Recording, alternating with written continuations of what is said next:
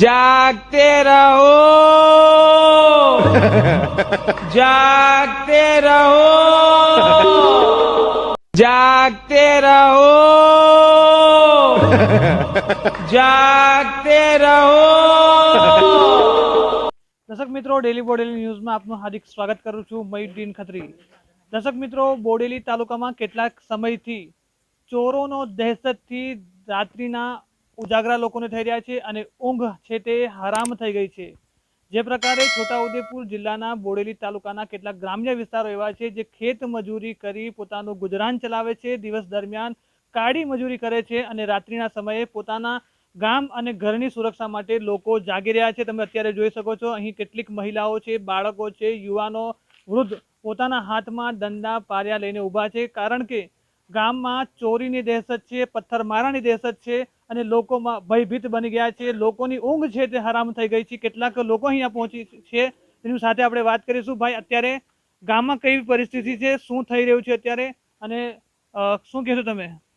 ગામમાં હમણાં આજે ચોરાયા છે, પાછળ એક ઘર તોડ્યું નહીં, આગળ અમારા ઘરની પાછળ પથ્થર મારે છે ઘર પર, એટલે આ બાજુ અહીં અમે અહીંથી પથ્થર મારે એટલે પાછળ દેખવા જઈએ તો બીજા ફરી આમ જતા રહે છે અહીંયા।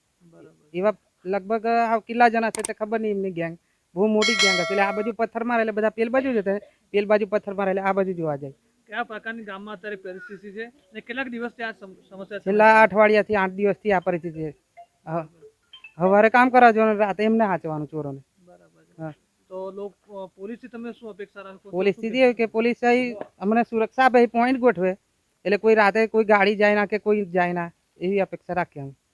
પથ્થરમારો જે થઈ રહ્યો છે, શું લાગે છે તમને? પથ્થર મારી ને કઈ જતા રહે તે ખબર નહીં પડતી ચોર। અહીંયા કેટલીક મહિલાઓ પણ આપણી સાથે છે, તેમની સાથે વાત કરીશું। બેન, અત્યારે ગામમાં કઈ રીતની પરિસ્થિતિ છે અને તમે શું કહેશો? અમે તો એક જ માંગ કરીએ, પોલીસ સારા આવવા જોઈએ અમને સાચા। અમે દિવસે કોમ ધંધો લાઈટ દિવસે કોમ ધંધો કરવા મળે, જાગવાનું સવારે બંગલા 7 વાગ્યા જવાનું, બંગલાના કામ કરીએ અમે, બરાબર। નાના બાળકો લઈને ભાઈ આખી રાત આવું જાગવાનું અમારે, અને બાળકો લઈને આવું જાગવાનું, સવારે 7 વાગ્યા બંગલામાં જવાનું। એટલે અમારી એક માંગ છે, પોલીસ વાળા જોઈને લાઈટોનું અમને કરી આલો જોઈએ। તો અન્ય મહિલા અહીંયા છે, તમને શું કહેશો બેન તમારે? અમે શું કે પોલીસ વાળા અમારે ફરિયામાં મુકાવા જોઈએ અને લાઈટો અમારે ઠેઠ અમારે સબ સેટન લગી જોઈએ રોડ પર। આ તો કે લાઈટો નહીં કરતા, કઈ નહીં, કશું નહીં, અંધારા મેં આ દેખો ને હવે કેવા મેં બધા ફર્યા છે। આવું વરી આખી રાત આજે જાગવાનું, વરી આ ઘર પથરા પાડે, આ ઘેર થી પેલા ઘરે જાય તો ત્યાં ઘર પથ્થર નાખે, એવું કરાવે, શું કરવાનું હવે ચોર લોકો? તો જે પ્રકારે અત્યારે તમે દ્રશ્યો જોઈ રહ્યા છો, રાત્રિના 12 વાગ્યાના અરસા છે અને 12 વાગે પણ આખું ગામ છે તે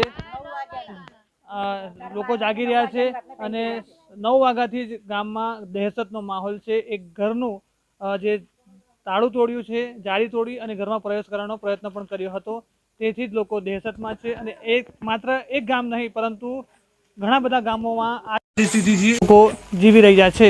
તો વહેલી તકે પોલીસ દ્વારા પેટ્રોલિંગ કરવામાં આવે તેવી લોકોની માંગ છે। મયુદ્દીન ખત્રી, બોડેલી, છોટાઉદેપુર।